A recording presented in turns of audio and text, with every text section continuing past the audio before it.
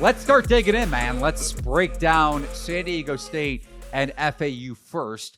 Aztecs were sitting around -1.5, -2 pretty much across the board before One Sharp sports betting group ticked this up to all the way up to -3.5, actually, in favor of the Aztecs before the steam came down a little bit this afternoon as we're recording on Thursday. SDSU sitting pretty much at -3 across the board, some -2.5s as well out there. And the total, as I pull it up here, is 131.5, which has not changed very much. Before we get into some of the matchup specific stuff, San Diego State, I'm curious if this plays a role into your handicap at all of the total, just in general, when it comes to handicapping Final Four matchups, because you have more so of a shooting backdrop than you get at some of these regional sites for the matchups previously in the NCAA tournament. San Diego State has now hit 12 consecutive unders. And I am not somebody that hits on trends in terms of actually playing the number, but it's notable because this Aztecs defense is elite. They have allowed a flat 17% three-point clip so far in the tournament, which is pretty unbelievable. And I'll dive into that a little bit. I'm sure you will as well. But in general, when it boils down to Final Four totals, does handicapping, does projecting maybe towards unders or teams underperforming shooting-wise factor into your handicap at all? Yeah, it's really tough with a team like San Diego State, right? Because they bring such a lockdown defense, especially on the perimeter, to every game they play in. You know it's going to be probably the crux of this game. FAU shoots so heavily from behind the arc. I believe one of 35th in the nation in frequency from three. So that's really what this game feels like. Top It's going to 25.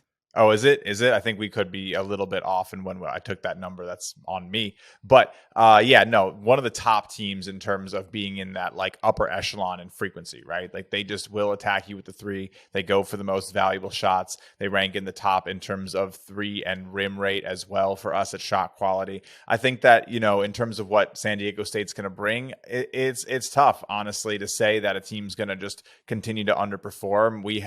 I think Alabama expected to score 18 more points from three if they had shot their expected numbers against the San Diego State team. But you get to this point where, and I think we've talked about it in past episodes, Eli, you have to maybe just say this is a team where you are almost expected to underperform. That's how often it happens. It's no longer just teams should get to their average. This team is probably going to force you to shoot under your average, take worse looks. So I do tend to think that's pretty heavily factored in. The real issue for me is that if this game is close, you could see it really turn into a rock fight, right? Really moving slow, a couple bad shots, some shot clock violations on either side. This feels like defense could be the focus between both teams instead of it being just this back and forth offensive battle. I don't think either team's going to be opposed to it. And if it does come down to a couple possessions at the end, you could see everything get very drawn out. Pace is also going to matter a lot because San Diego State they rank just outside of average in terms of average possession length across Division I. FAU is top 100 in that category. So the Owls want to play more up-tempo than San Diego State, certainly. Yeah. Now, the Aztecs will push the floor a little bit off of those turnovers, and they do force a top 110 opponent's turnover rate.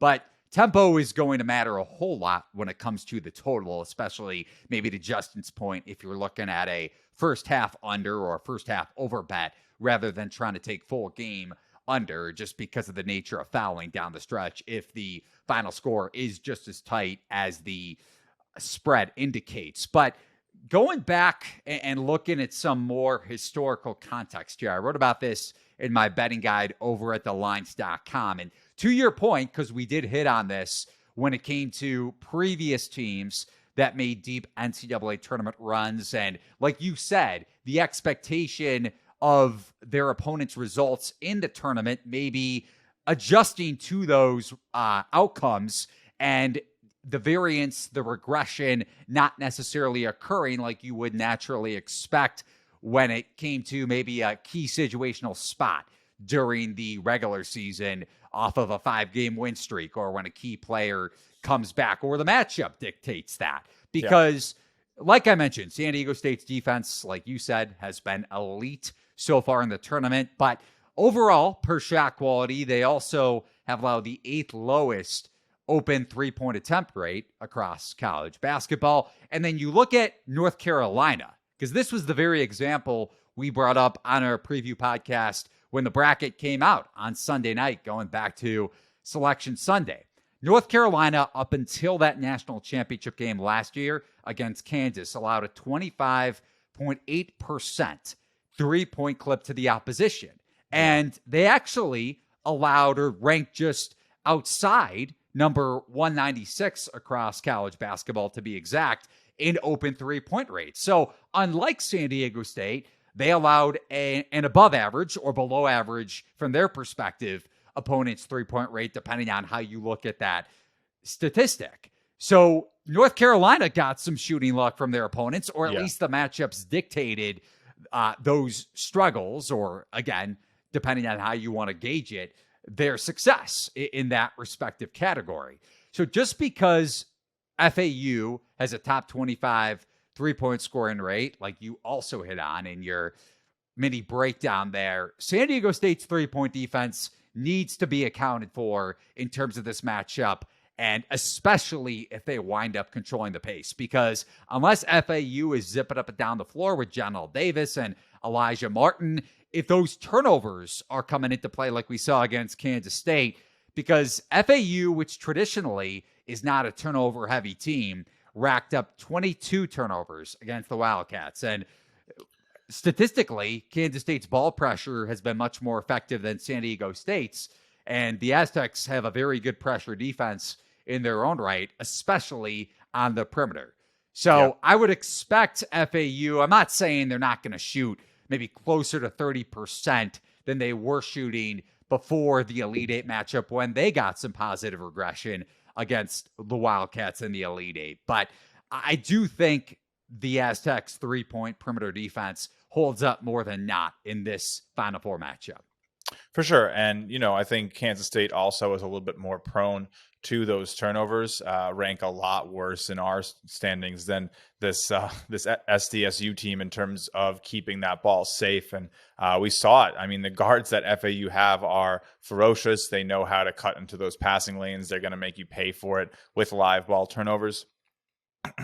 Excuse me. But yeah, I think this is just a different beast for them. SDSU plays a very it feels like an efficient game. And I saw a stat out there that was about how when, SDSU scores efficiently in terms of having more than I think it was 1.03 points per game. I'm not sure if you saw that stat floating around, Eli, but they're really dominant in terms of when they get above a certain offensive threshold. The defense is so consistent that they naturally tend to win. But if they are below 1 point per possession, I think it might have been 0.94, they tend to actually be stuck in games and have to fight for their victory a little bit more. So this is really going to come down to how San Diego State is able to operate against that FAU defense, and what FAU does to stop San Diego State. Because there's very little question to me about San Diego State's defense interrupting what FAU is going to try to do. They are good at stopping the three. They are great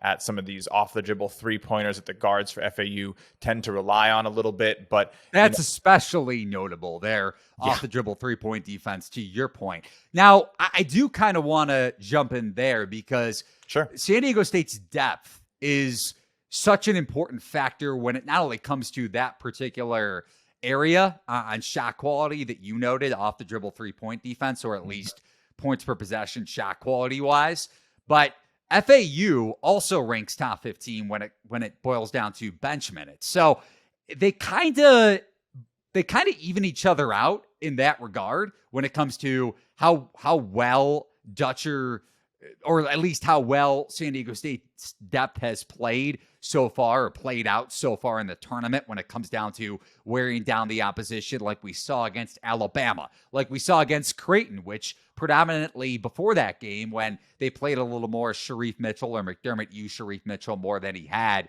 in their previous 3 matchups, and that also had to do with Mason Miller going down in the first game against North Carolina State. But San Diego State's depth played a big role in Creighton's 3-point struggles, going 2 of 17 against San Diego State. I don't think it necessarily mattered as much against Alabama because they were running Brandon Miller off the 3-point line. Right. And then conversely, when if it does play out like this and San Diego State keeps this more of a half-court game and the depth does negate each other out for both teams, if FAU is run off the 3-point line and they try to attack you off the dribble, which John L. Davis is very good at, especially when it comes to drawing fouls, which can be a bit of an issue for San Diego State, limiting their foul trouble, even though they do have that depth. Like I mentioned, their length inside can be very disruptive, and they do have a size advantage, a very physical front court led by one of the best defensive bigs in college basketball, Nathan Mensah. And it is cool, nugget-wise, that Mensah was on that 2020 San Diego State team that the COVID year, COVID-19 disrupted the Aztecs to have a potential number 1 seed, and now he's in the Final Four. I believe the only player remaining, besides obviously the coaching staff led by Brian Dutcher, who was a former longtime Steve Fisher assistant. So all the historical stuff for San Diego State makes for a fun conversation in itself. But the Aztecs defensively, inside and out, if this game is played more in the half court, which definitely plays more towards the under and plays more to San Diego State's advantage when it comes to the spread, even though the line spiked up a bit because of the nugget that we brought up initially to start off this breakdown. All those factors make me lean towards the Aztecs, but I project this thing get around San Diego State -2, -2.5. So not really an edge for me, especially at this point.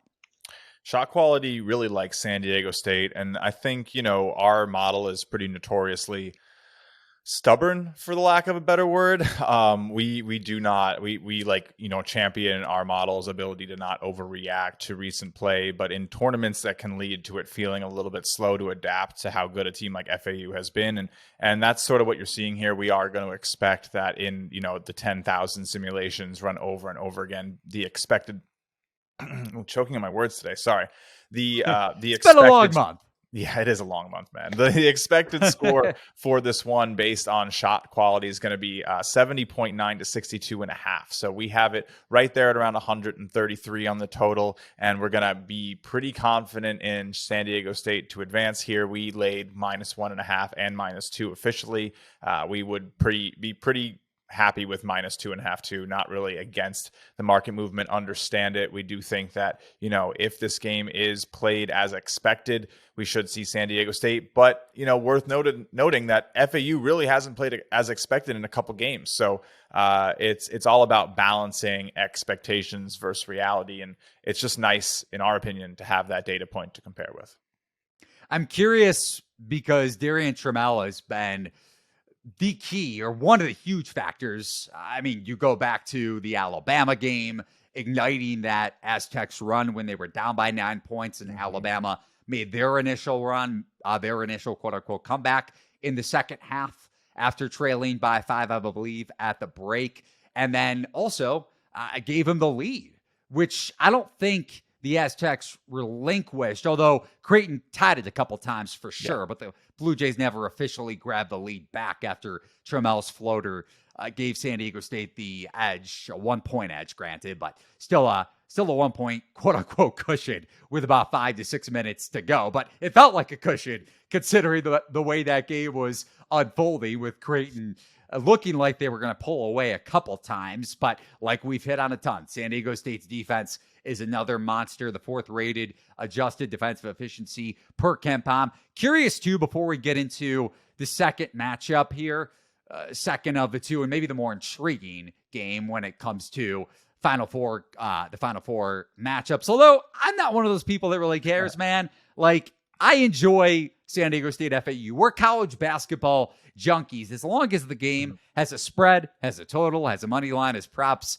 Doesn't matter to me. Yeah, I've bet on Missouri Valley State this season, so I'll take whatever I can get, and you're definitely not going to find me clamoring for the blue bloods. And I think this is a beautiful example of where college basketball is going, and really exemplifies how special it is that there are 360 plus teams for people to know in order to properly understand this sport. And that's why it's almost impossible to get a bracket. You have 68 teams in the field, and anybody can win a basketball game. Like, there is no such thing as a 100% game in this sport. The biggest favorites still give 20% to the other side. Like, it's because it's college kids and anything can happen. And we've seen 15-point runs. We saw Miami, who we're about to talk about. They were like 10-1 to win that game against Texas at a point. And I would know because I put like 0.3 units on them because I had a Texas future, and I was like, what the heck? I'll play a little hedge. But no, anything can happen in the sport, and it's really hard to handicap. And I think FAU being here is awesome. I love this for Coach Dusty May. I can't wait to see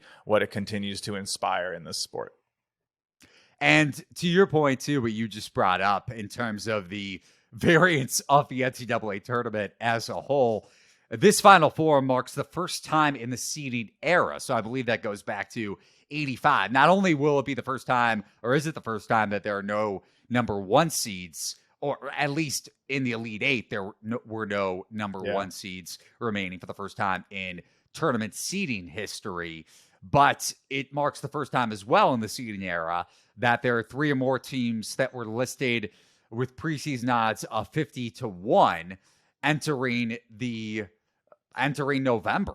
So you go back to where we're sitting, where all these teams were priced at in the futures market. San Diego State around 125-1. I believe it's Caesars. Miami somewhere in the 80-1 range. UConn 60-80, maybe as low as 50, but I feel like that was closer to the peak 85. And then FAU in the ballpark of 2,500, not 25, not 250-1, but 2,500 to 1 to win it all. So wild stuff when you look back at what has ensued, but we've both been on the money when it comes to not only our futures bets or positions, Justin, but also the notion that this is the most wide open field breaking down the NCAA tournament collectively since 2014, or if you don't want to say 9 years ago, then 2011 for sure. It's awesome. It is awesome. I love it. I think, if you're here with us, rocking with us, talking about like things like shot quality, expected metrics, Ken Pom, I think probably understand like the statistical beauty in what we see every time these players play. It's impossible at some level to predict every single game correctly. Like, you aren't really out here playing the game if you haven't had a game that you look at and you're like, I was totally geez, it's a rough day for me. Totally wrong on that one. And it happens all the time. You got to be ready for it. You got to have like that memory of a goldfish when you're trying to make predictions about a high variance sport, and just move on to the next one.